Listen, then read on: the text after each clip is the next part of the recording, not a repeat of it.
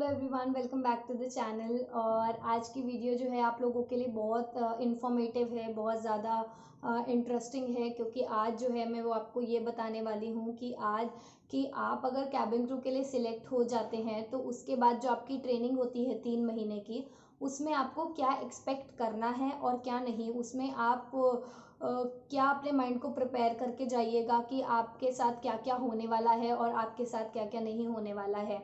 तो क्योंकि हम लोग एक नॉर्मल लाइफ स्पेंड करते हैं, सुबह आराम से उठते हैं, अपना जो लोग काम वाम भी करते हैं थोड़ा सा काम वाम निपटाते हैं, उसके बाद थोड़ा रेस्ट करते हैं, तो नॉर्मल लाइफ ये चलती है। बट उसके बाद ही आप तक अगर आपने 12th भी करके अगर आप आए हैं तो 12th तक भी आप लोग सुबह आराम से उठते थे, स्कूल जाते थे, स्कूल से वापस आते थे, उसके बाद थोड़ी सी पढ़ाई कर लेते थे, तो ऐसा आपका नॉर्मल रूटीन था। अब अगर आप एक कैबिन क्रू बनने का सोच रहे हैं और अगर आप ट्रेनिंग के लिए जा रहे हैं तो अब आपको क्या करना है, अब आपकी ट्रेनिंग में क्या होने वाला है आपके साथ, तो उसके बारे में बात करते हैं।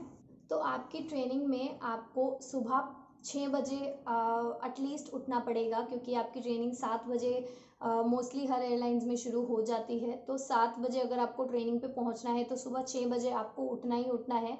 इससे पहले उठ सकते हैं लेकिन मैक्सिमम 1 घंटा पहले तो आपको उठना ही पड़ेगा। अगर आप बहुत पास भी रहते हो ट्रेनिंग सेंटर के तो भी आपको 6 बजे तो उठना ही पड़ेगा। उसके बाद आप उठेंगे, खुद को रेडी करेंगे और सुबह सुबह उठ के आपको खुद के ऊपर मेकअप लगाना पड़ेगा, क्योंकि जितने भी महीने की 3 महीने की ट्रेनिंग होती है आपको 3 महीने रोज़ सुबह उठ के मेकअप लगा के जाना है। अपने बाल बना के जाने हैं, बन बना के अच्छे से बिल्कुल नीटली बन होना चाहिए, आपके बाल इधर उधर नहीं निकलने चाहिए, आपका मेकअप ख़राब नहीं होना चाहिए। पूरे दिन में आपको अगर 10 बार भी मेकअप रिप्लेनिश करना है तो वो आपको करना पड़ेगा, पूरे 3 महीने के लिए आपको ये सब करना पड़ेगा। उसके बाद कई एयरलाइंस ऐसी हैं जो कि आपको ट्रांसपोर्ट देती हैं ट्रेनिंग में, कि आपको आपके जहाँ पे भी आप रह रहे हैं वहाँ से लेके ट्रेनिंग सेंटर तक छोड़ के आएगी और ट्रेनिंग सेंटर से वापस छुट्टी में आपको घर छोड़ के आएगी। कई एयरलाइंस ऐसी हैं जो फूड भी प्रोवाइड करती है आपको ड्यूरिंग ट्रेनिंग, कि आपको ट्रेनिंग के टाइम पे आपको फूड भी दे रहे हैं, कि आपका जब लंच टाइम हुआ है तो आप नीचे उस एयरलाइंस के कैफेटेरिया में जाकर आप लंच कर सकते हैं, उनका अपना जो वो प्रोवाइड करते हैं लंच, तो आप वो कर सकते हैं। कई एयरलाइंस ऐसी हैं जो लंच नहीं प्रोवाइड करती है, आपको घर से लंच लेके जाना पड़ेगा। तो जो लोग अकेले रहते हैं उनको अपना लंच भी बनाना पड़ेगा सुबह सुबह उठ के, तो उसके लिए भी आप तैयार रहें कि सुबह आपको और जल्दी उठना पड़ेगा। उसके बाद आपको अपने फॉर्मल्स, जैसे कि मैंने आपको पहली वीडियो में बनाया था कि क्या क्या चीज़ें आपको ज़रूरत रहेंगी आपकी ट्रेनिंग के लिए, तो आपके पास एटलीस्ट 3 महीने पहनने के लिए थोड़े बहुत फॉर्मल्स होने चाहिए। फॉर्मल्स जैसे कि एक शर्ट हो गई, नीचे ट्राउज़र हो गया, पैंट हो गई, स्कर्ट हो गई नी लेंथ, उसके अलावा वन पीस हो गए 2-4। तो ऐसे कुछ फॉर्मल आपको ड्रेसेस अपने पास रखनी रखनी पड़ेंगी, जो कि आपको 3 महीने ट्रेनिंग में पहन के जानी है।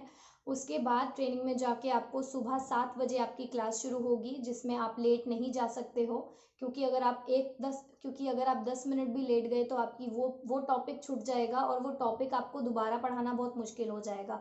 तो आपको 7 बजे आपकी क्लास शुरू हो जाएगी, तो आपको वहाँ 7 बजे पहुँचना है। उसके बाद आपकी क्लासेस होंगी शाम को 5 बजे तक, 5 बजे आपकी छुट्टी होगी, छुट्टी के बाद आप घर जाओगे। उसके बाद आपको घर जाके भी वही टॉपिक्स पढ़ने हैं, क्योंकि जो टॉपिक आपको पढ़ाया है वो आपको 1 हफ्ते तक पढ़ाया जाएगा और लगभग 1 हफ्ते के बाद आपका पेपर होगा, जिसमें आपको 90% मार्क्स लाना ज़रूरी है। तो ये होता है ट्रेनिंग का स्केड्यूल, जो आपको सुबह 7 बजे से लेके 5 बजे तक पढ़ाया जाता है। और उसी टॉपिक को उसी सब्जेक्ट के अलग अलग टॉपिक्स होते हैं, उन टॉपिक्स को 6 दिन में कवर कराया जाता है और 6 दिन के बाद 7वें दिन आपका पेपर लिया जाता है, जिस पेपर में आपको 100 में से 90 मार्क्स लाना बहुत ज़रूरी है। अगर आपके 90 में से 1 नंबर भी कम आया, यानी कि 89 भी आए, तो आपको उस बैच से निकाल दिया जाता है। इसीलिए आपको 90 मार्क्स लाना बहुत ज़रूरी होता है इसमें, और पढ़ना बहुत ज़रूरी होता है। तो ये था आपका ट्रेनिंग में, क्योंकि जब मैं एक एयर होस्टेस बनी थी तो मुझे भी यही लगता था कि ट्रेनिंग में ज़्यादा कुछ नहीं होता है, तो मैं ये माइंड को प्रिपेयर करके नहीं गई थी कि मुझे इतनी मोटी मोटी बुक्स पढ़नी पड़ेंगी, इतने मोटे मोटे मैनुअल्स पढ़ने पड़ेंगे। मगर जब मैं गई तो मुझे पता चला कि इतना कुछ होता है पढ़ने को, और दिन रात पढ़ना पड़ता है, क्योंकि ये मार्क्स लाना बहुत ज़रूरी है। क्योंकि मेरे टाइम पे जो हमने सिक्योरिटी दी थी वो 50,000 थी, मैं नहीं जानती कि अब इस टाइम पे सिक्योरिटी 50,000 ही है या 70,000 या 80,000 हो चुकी है। तो अगर आप वो मनी दे रहे हैं और वो मनी आपका हार्ड ओन्ड मनी है और आप उसे वेस्ट नहीं करना चाहते, तो आप ज़रूर पढ़ाई करेंगे और आप उस पढ़ाई को वेस्ट नहीं होने देंगे, उस पैसे को वेस्ट नहीं होने देंगे।